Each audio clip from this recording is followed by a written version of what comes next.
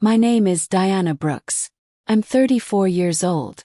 And this is the story of how my parents abandoned me when I needed them most, and how that betrayal lit a fire that changed everything. The first warning came softly, like the way winter creeps in with a single gust of cold wind. It wasn't loud. It wasn't dramatic. But it was there. It was the moment my mother's voice, sharp and cold through the phone, said, "We're too busy to watch Elliot."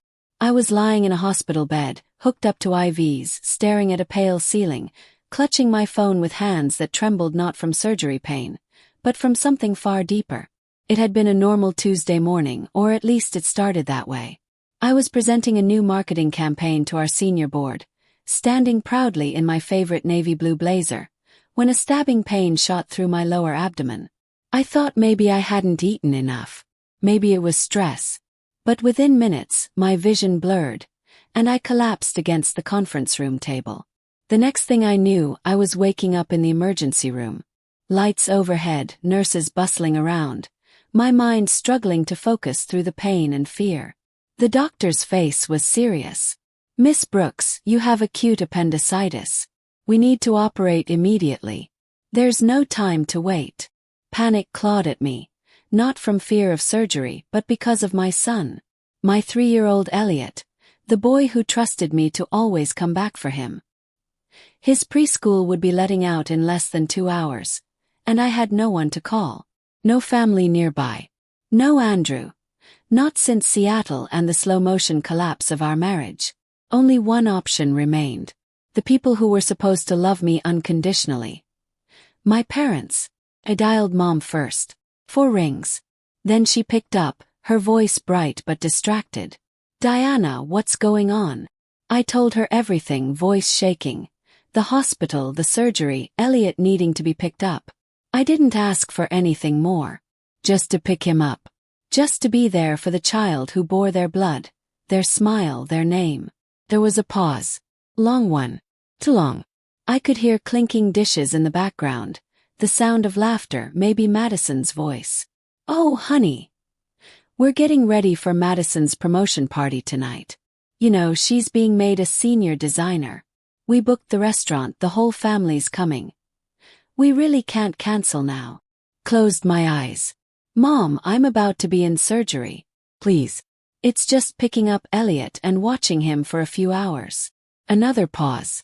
Then her voice turned cold, like she was explaining something obvious to a stubborn child.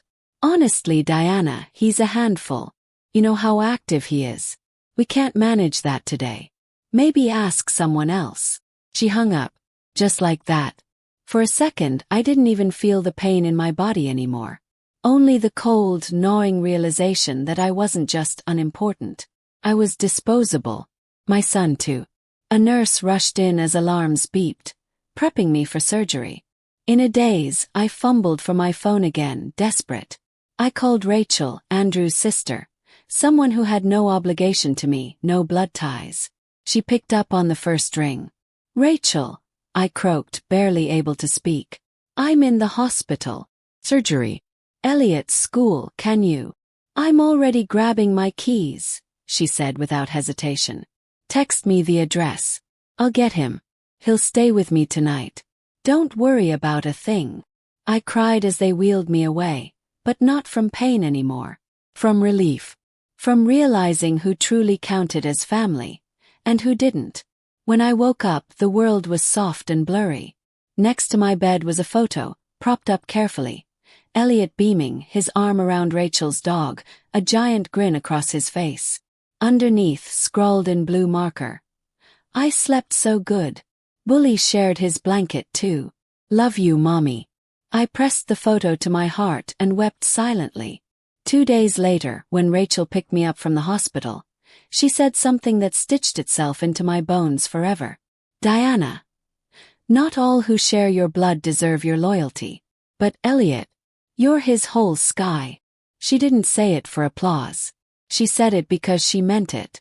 That night, lying in my own bed, the city lights casting soft glows against the ceiling, I made the clearest decision of my life. I would never again beg for love that had to be earned through sacrifice. I would never again let anyone, Make my son feel like a burden the way my parents made me feel for decades. The little girl who once sat alone at writing contests, clutching her cold toast and broken dreams, had grown up. And she was done waiting for crumbs. I woke the next morning to the sound of tiny feet padding across the hardwood floor. Elliot burst into the bedroom, dragging his favorite blanket behind him like a knight's cape. "Mommy, are you all better now?" he asked, crawling onto the bed and nestling against me. I smiled through the tight pull of healing stitches in my abdomen. "Getting better, sweetheart. Thanks to you and Aunt Rachel." He grinned, proud, and curled up beside me, his little hand resting over my heart like he was trying to heal me himself. In that moment I realized, everything I had ever needed was right here within my arms. Over the next few weeks, as my body slowly healed, so did my spirit. The anger inside me simmered less like fire and more like steel being forged. Solid, silent, and sharp. I made quiet decisions. I shut down the automatic money transfers to my parents' bank account. I changed the beneficiary on my insurance policy from Linda and James Brooks to Elliot Brooks. I also changed the locks on my house, both metaphorically and literally. No more surprise visits. No more strings attached. It was a chilly Thursday afternoon when the next message arrived. A handwritten envelope with my mother's cursive across the front, as if dressing betrayal up in fancy ink would somehow soften it. I sat at the kitchen counter, staring at it. Elliot was napping in his room, and the house was blanketed in a rare, peaceful silence. Finally, I opened it. 3 pages of tightly packed words. The first page was sugar-coated with words like proud and amazing daughter. The second was heavy with guilt, how hard life was getting, how Madison couldn't possibly help because of her big opportunities. And the third page? Well, the third page was a bill. $15,000. Apparently, after maxing out their credit cards and falling behind on property taxes, my parents had decided that the daughter they once left alone at writing contests, who they couldn't spare an afternoon for in a medical emergency, was now their last hope. "You're the only one successful enough to help," my mother wrote. "It's your duty, Diana. You owe us for raising you." I folded the letter slowly, carefully, like it might crumble in my hands. Then I placed it in the trash, buried under coffee grounds and banana peels, where it belonged. That weekend, while Elliot drew superheroes at the kitchen table, I sat across from him, opening a new savings account, this one for his college fund. I titled it simply, "Future Without Limits." It wasn't about spite. It wasn't about revenge. It was about building something different, a life that wasn't shackled to guilt, obligation, or conditional love. My parents tried once more, of course. A few days later, Madison herself called me. "You're being dramatic, you know," she said breezily, as if I hadn't spent a lifetime swallowing invisible hurts. "Mom and Dad made some mistakes, sure. But you can't just abandon family. Blood is blood." I let her words hang in the air for a moment. Then I said very calmly, "Family isn't made of blood, Madison. It's made of love. And when love is absent, all you're left with is strangers who happen to share your DNA." I hung up before she could respond. That night, while brushing Elliot's teeth, he asked, "Mommy, do Grandma and Grandpa love me?" I crouched to his level, meeting his gray eyes. So much like Andrew's, so much like mine. "They love you," I said gently. "But sometimes love from some people isn't enough. And that's okay. You have so many people who love you with their whole hearts. Aunt Rachel, Grandma Sarah, Grandpa Tom. Me. Always me." He seemed to think about that for a moment, then nodded seriously like a tiny philosopher. "Okay.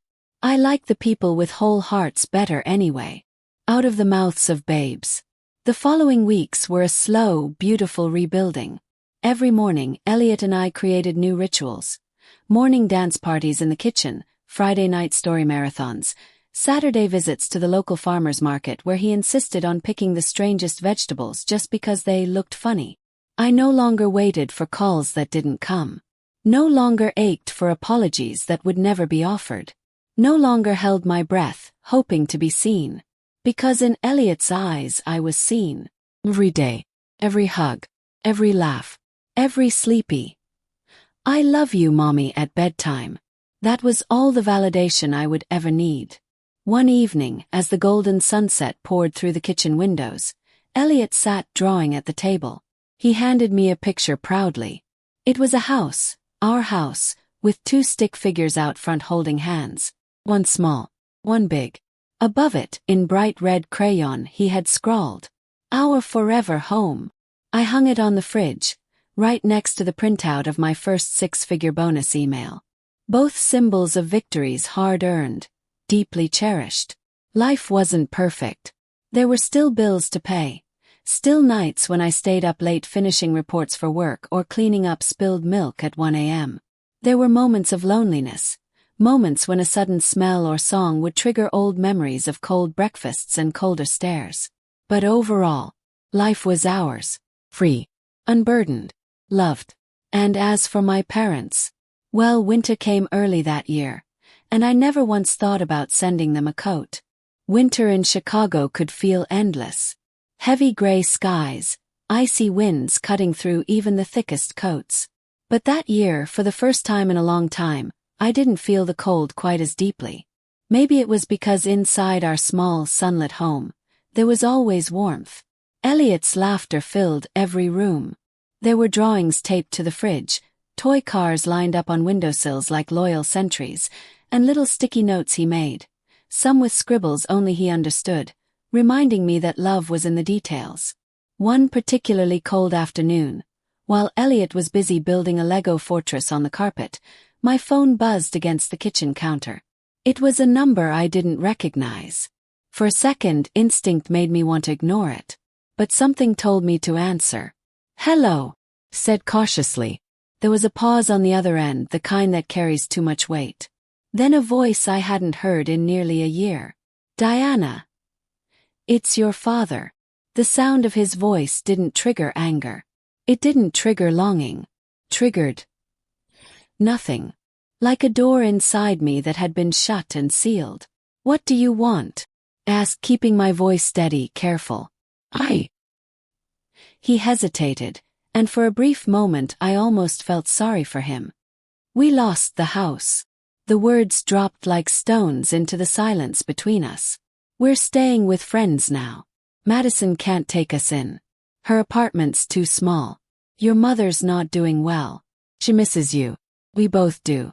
We made mistakes. But we're still family, Diana."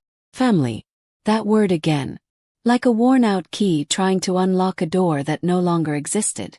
I leaned against the kitchen counter, watching Elliot push a tiny Lego knight across a fortress wall, narrating the story under his breath. "I'm sorry to hear that," I said slowly.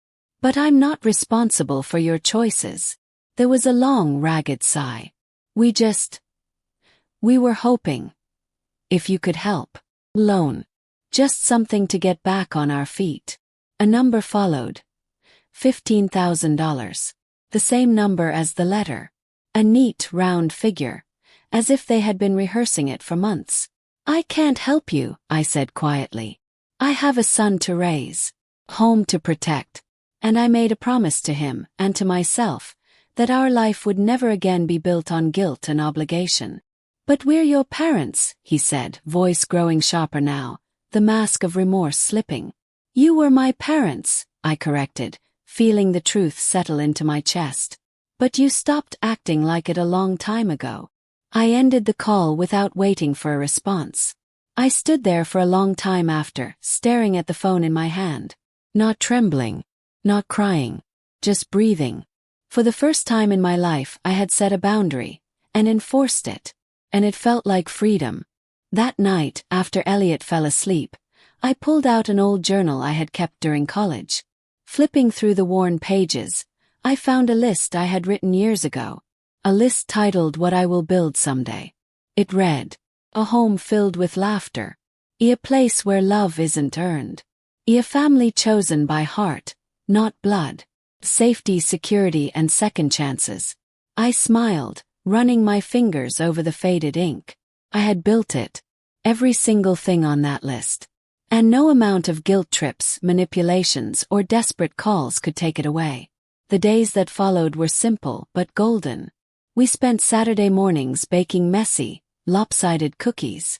Sunday afternoons were for visiting Tom and Sarah, who loved Elliot as fiercely as if he were their own grandson by blood. Rachel came over often, bringing her camera and capturing our everyday moments. Elliot chasing bubbles in the backyard, me reading aloud on the couch while he snuggled under my arm, all the small, perfect pieces of a life no one else had given us, but that we had made ourselves. One evening, after a particularly good day, Elliot climbed into my lap with a solemn expression. "Mommy," he said seriously, "when I grow up, I'm gonna buy you a big castle." I laughed, pressing a kiss to his hair. "I don't need a castle, sweet boy.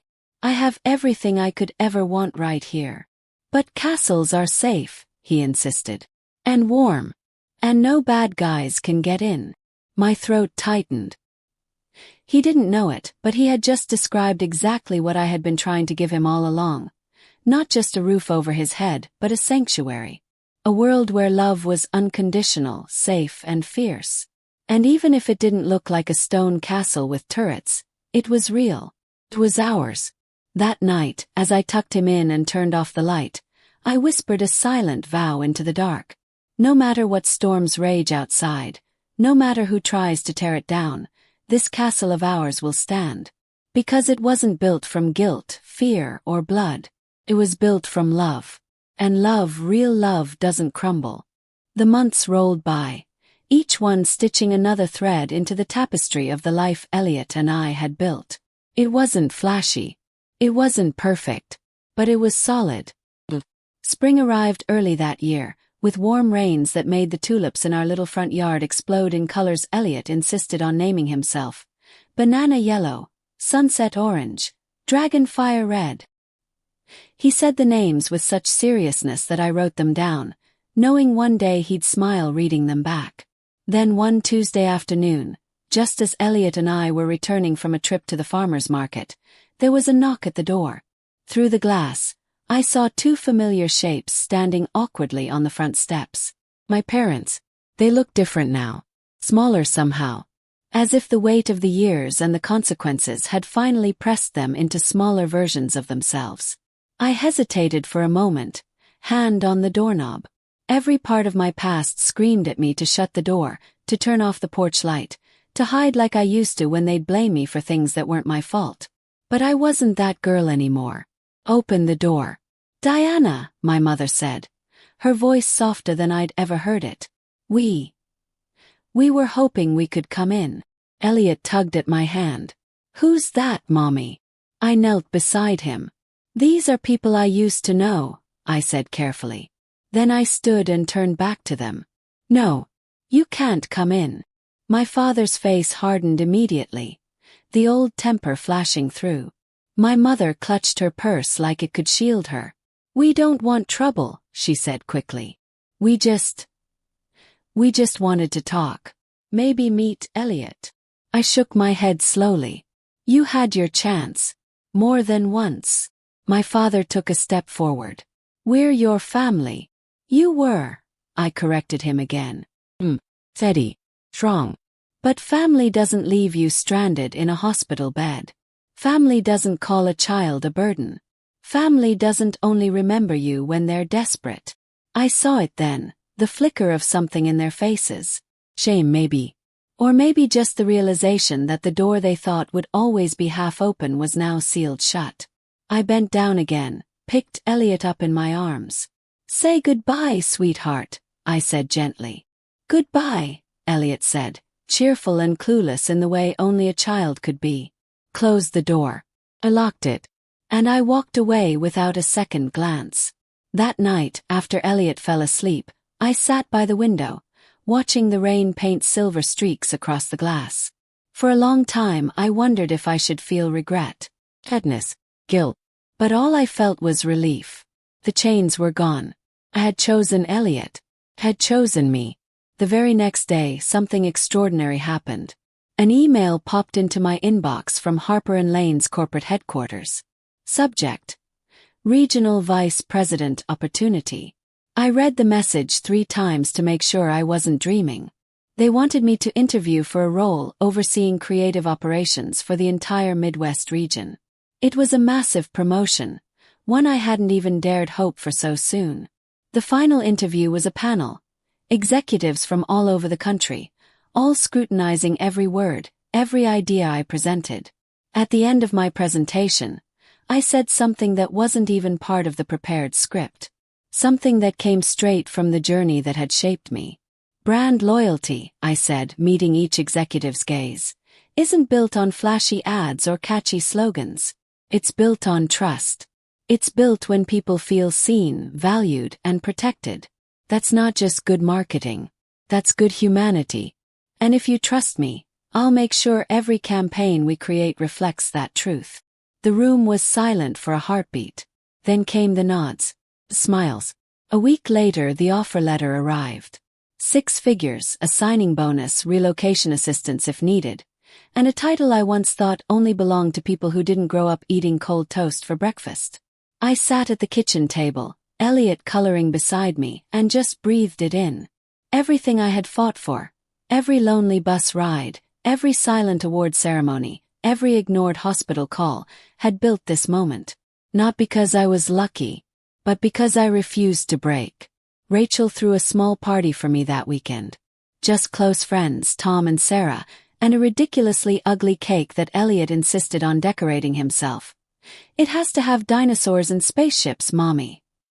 When we toasted, Sarah hugged me tight and whispered, "You deserve every good thing coming your way, Diana." I believed her. For the first time in my life, I really believed her.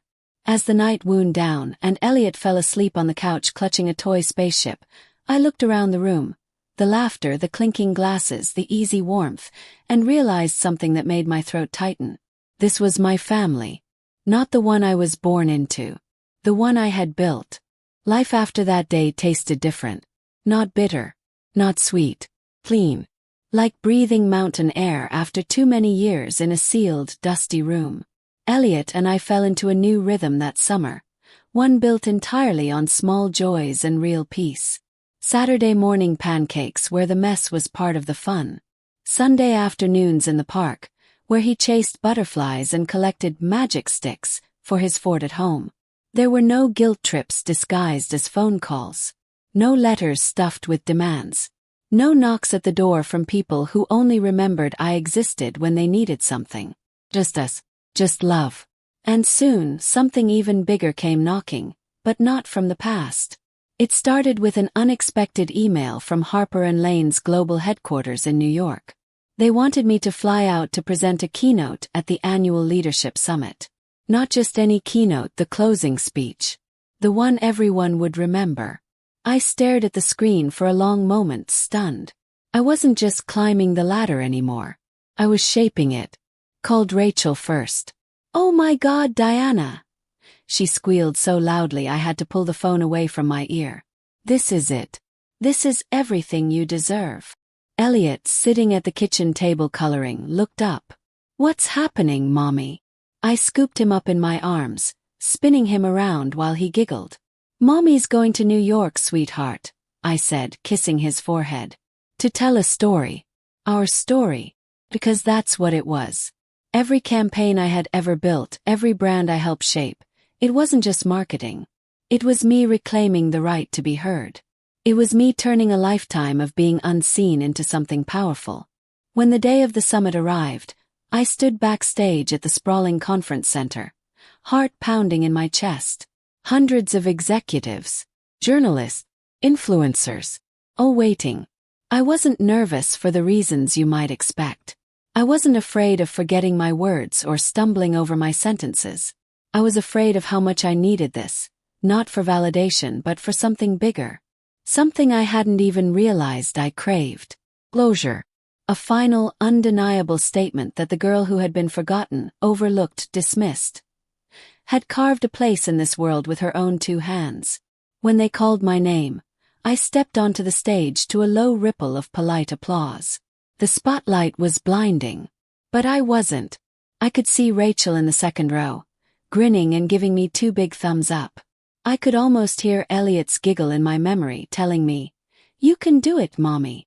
I took a deep breath. And I spoke.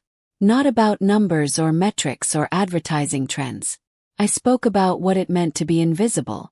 I told them about the little girl who rode buses alone to writing contests, who poured herself into her work because it was the only place she could hear her own worth.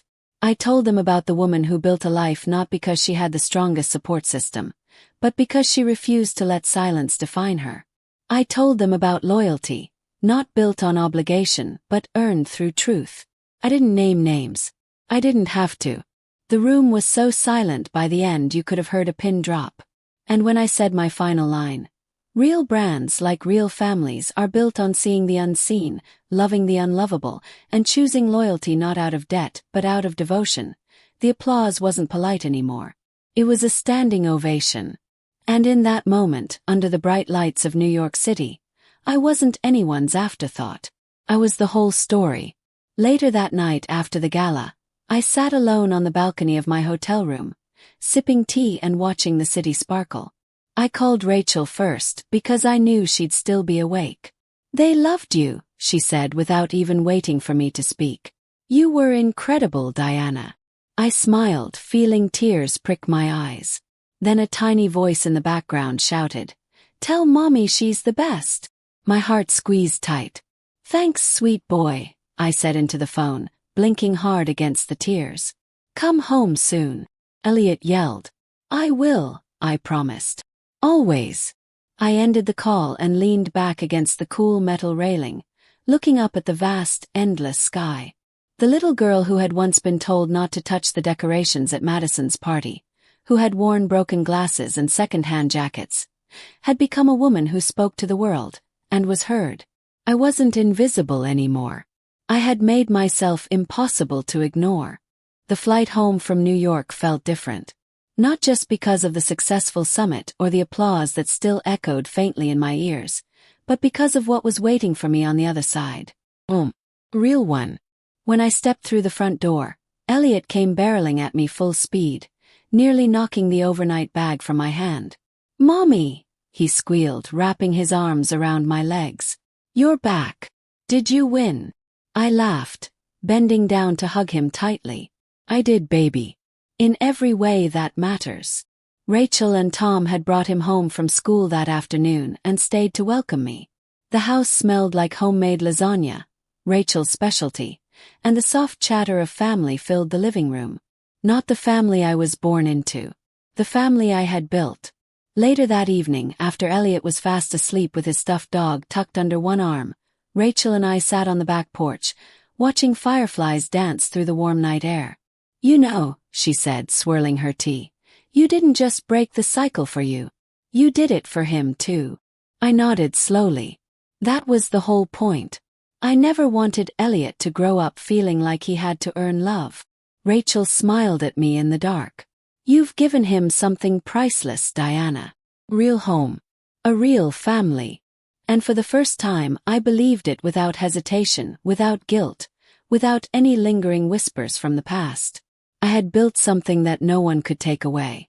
A few weeks later, as summer deepened into golden afternoons and lazy evenings, I made a decision.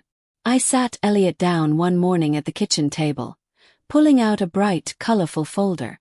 Inside were brochures for a small private school just a few blocks away, a place that celebrated individuality, kindness, and creativity over standardized scores and competition. "I want you to start here in the fall," I told him, ruffling his hair. "A place where they'll see how amazing you are from day one." His eyes widened. "Like super big kid school." "Exactly," I laughed. I had saved for this, planned for this. The little girl who once had to beg for new glasses so she could read the blackboard was now sending her son to a place where he'd never have to beg to be seen.